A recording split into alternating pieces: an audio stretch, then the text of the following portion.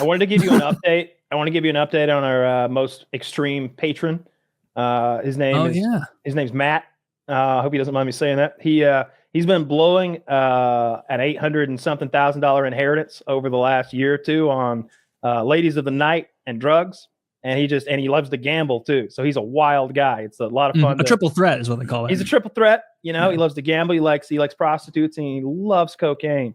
And it's a lot of fun to if you're going to combine coke with anything, that's what you should combine it with. Yeah, not like a family and a YouTube career. That would be a bad thing. So I think he went through like $600,000-$700,000 and got down to like his last 150, and then did some like risky crypto exchanges and like bumped it up to maybe 50 or 100 more. And then I think currently his money is mostly going to his transsexual prostitutes, because he's got like a whole stable of them. He sent like all these pictures in the chat. Like this is we're just in there. We got to join the Discord at some point, Taylor, when we were doing one of our game nights, because this guy's in there linking his whole stable of tranny hoes, and there's like 9 or 10 like semi-passable people that and he's just like, oh, it's a great deal, man. At first you start off paying, but after they'll give you some freebies every now and then when they want to film stuff for their OnlyFans. It's a good deal, really. Oh. Freebies, so he's working for them.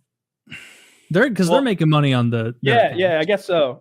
You could look at it that way. Although he's getting he's moved on entirely from women. No, he made that very clear, Taylor. That he wanted us all to know that he wasn't some homo gay. That he liked women and trans women. He was like the chat is like crickets, by the way, because we're playing Helldivers too, just trying to shoot the shit. And this guy he's linked all of his prostitute friends in the chat, and we're just like, I'm trying to kill bugs here, and he's just like, yeah, it's a great deal. He is a wild man. He's a lot of fun to hang around with, or at least to listen to. He was gambling on the most outrageous things. It was like, wasn't he like putting huge amounts of money on professional table tennis, or like AA Japanese baseball? It was Asian table tennis specifically that he was gambling on, with like huge amounts of money. Yeah, he's an interesting fellow. Does he follow it, or he just thought it was funny? He thought it was he thought he had a system for Asian table tennis. Oh, okay. He said that the odds makers overcorrect when a person goes down by 1 point, and he's able to jump on that and get easy money. Of course, he's a person who lost $800,000 in Asia gambling and doing drugs. So I don't really trust his. But maybe that's mostly going to coke. Maybe the gambling's going well. You can't imagine the prostitutes would be that expensive in Asia, right? Like how could you go through? I thought he was in Italy, like Europe. I could have sworn he was in Thailand, or he probably traveled the fucking world, spending that $700,000 or $800,000. Everybody always shits on him, but I'm like, I wouldn't recommend doing what he did. But he's had a lot of fun. Are the trans prostitutes more or less than the women ones? I couldn't say. He didn't tell you? I didn't ask. I'm trying to play Helldivers. First question. I'm trying to kill bugs. Spending? What's the mean price? Yeah, the trans versus the ladies. Which way does the glass ceiling work in whores? Never considered this. I'm just going to write this in the general party chat. Hey Matt, how much do those trans hoes cost you? Because you'd think like it would be less. Because the demand isn't there, but then you think, well, wait a minute, is it so rare that you get a passable trans prostitute that it commands like a like a premium? Yeah, he's hooking up with like porn stars too, like because he's like, oh, this, I don't want to say her name because it feels like I shouldn't, but like he kept saying her name like I'm supposed to know who she is. He is like she's a famous one or something. So I don't know, man. Absolute goon. I think he's like because when he wrote into us like probably 2 years ago, he was like, what should I do with this money? I probably shouldn't continue to do what I'm doing. He's still doing that. Still doing what he's doing. He told me last night or maybe the night before, he was like, Kyle, when you said on the show that what I should do with my remaining money is send it all to you, I was so close to sending you $70,000, and I was like, man, you don't know me well enough to send me $70,000, because I'll buy a Bitcoin right away and pretend like that didn't happen. He would have wanted you to fuck him. Like, I think I think I genuinely told him, like, just give me the money and I'll invest it for you and I'll give it back to you when you're destitute, which seems to be what you're pursuing towards. Woody said on the show, he's like, what's your plan, dude? Blowing your brains out when you run out of money? Because that's kind of what it seems like. Like, straight up. Matt was like, man, that sat with me for a long time. That really hurt me. I started thinking, like, am I? It really went to a dark. And I'm like, dude, don't listen to Woody. Don't listen to that. And you know what happens when you dwell on things like that for a long time? It makes you really want cocaine. Yeah, Woody.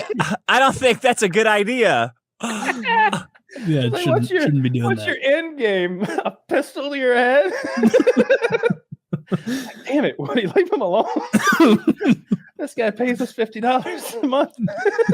We can't afford to lose him. We're not even fucking him.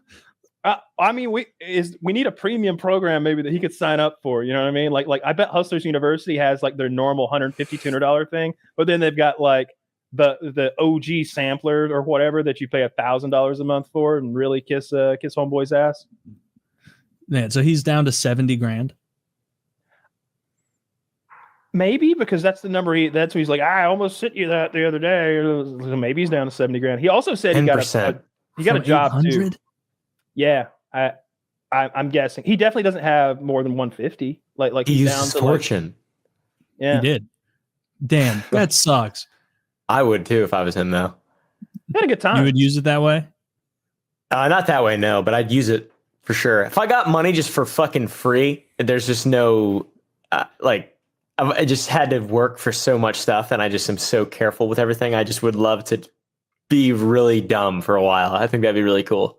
What would you do? What would be your dumb things? Honestly, it's probably not even that dumb. I would buy a lot of guns and land. Buy a lot of land. Land? That's how much money are we talking? Traditional investment. $700,000. Let's say you get $700,000 from an inheritance, like this guy. Yeah. I would build a house on my land. So you'd be incredibly responsible. That's not a splurge. Yeah. I want to splurge. Caleb would go crazy, and he'd invest in some rental properties. You're doing that same. I saw a billionaire get interviewed, and they're like, "What do you splurge on for yourself?" And he's like, "I have really nice socks." And it's like, "Shut the fuck up!" What do you? All right, a house is not a splurge. I would go nuts on bonds. On wild and futures, dude. Trading futures. Dude, get a wacky and 3% return guaranteed. Yeah, man. Jumbo Roth. Yeah. Yeah, I don't know. I don't know. I feel like guns, probably guitars. Maybe I love guitars. See, I don't think guns are even that bad of a splurge, because if you truly want to, you can often get like at least 80% of your money back. Oh yeah. You know, it's not like a true. Some of them are appreciating assets, as we all know. There's a guy in our Discord who's starting sort of a collection of machine guns, and they're expensive. You know, transferable machine guns, but they ain't making any more. So when I don't remember he spent. What do you mean? So in 1986, there was a law that banned fully automatic machine guns for civilians and the production of them for civilians and all that stuff, and made it a national or a federal restricted item. But everything made before that is grandfathered in, and so those are transferable machine guns that come with a tax stamp, a piece of paper that we're going to exchange that gives you the right to have this thing. And there are a lot of them, but there are never going to be any more of them. Now, what a lot of people did, especially guys who own medium-sized gun companies, is like, I think it's a Mac pistol or something like that. The registered part, the part that like, this is the gun. Because if you start taking an M16 apart, eventually you're like, which part is the gun part? You know, and it's the lower on an M4 or something like that. But on the Mac, it was just this little thing, this little chunk of metal. So they just printed out 3,000 of those with serial numbers on them. So now they can take that registered item and just make a new Mac anytime they want. So there are guys like cool. that. Okay. But if you get something rare like an AK or an M16 that's transferable, they're worth a lot of money, and they're only going up every year. It's probably better than Bitcoin, honestly, for constantly going up in price. And the only thing that's going to change that is if they legalize machine guns for civilians, which I don't think they're going to do. Yeah. How much is like a pre-86 AK? Like how much does that cost? Off the top of my head, $50,000 to $100,000, depending on the rarity and the type or something like that. I would shitty guess. ones are like 15 grand. Shitty old pre-80s auto guns are all like 15 grand. Like the shitty ones, a really shitty one. So like the lowest, what was always the entry level machine gun, if you wanted to get into transferables, it was a Mac, like a little fully automatic like gangster pistol, because those were usually $3,500 to $4,000 for a good one, and you could often get it with the suppressor for $4,500 or $5,000, and you had a suppressed little machine pistol. But there's a guy in our Discord, like I said, he bought a Sten gun, I think, and he's like he 3D printed all these aluminum pieces, so he's got an EOTech on that bitch. He's got grips on it. He's got a fore end on it with flashlights and lasers. That's crazy. And you can take it all off, so he didn't mar the surface or weld anything on, and he's still got his nice transferable Sten. He's got a few things now. Those are a good investment, and they're fucking cool.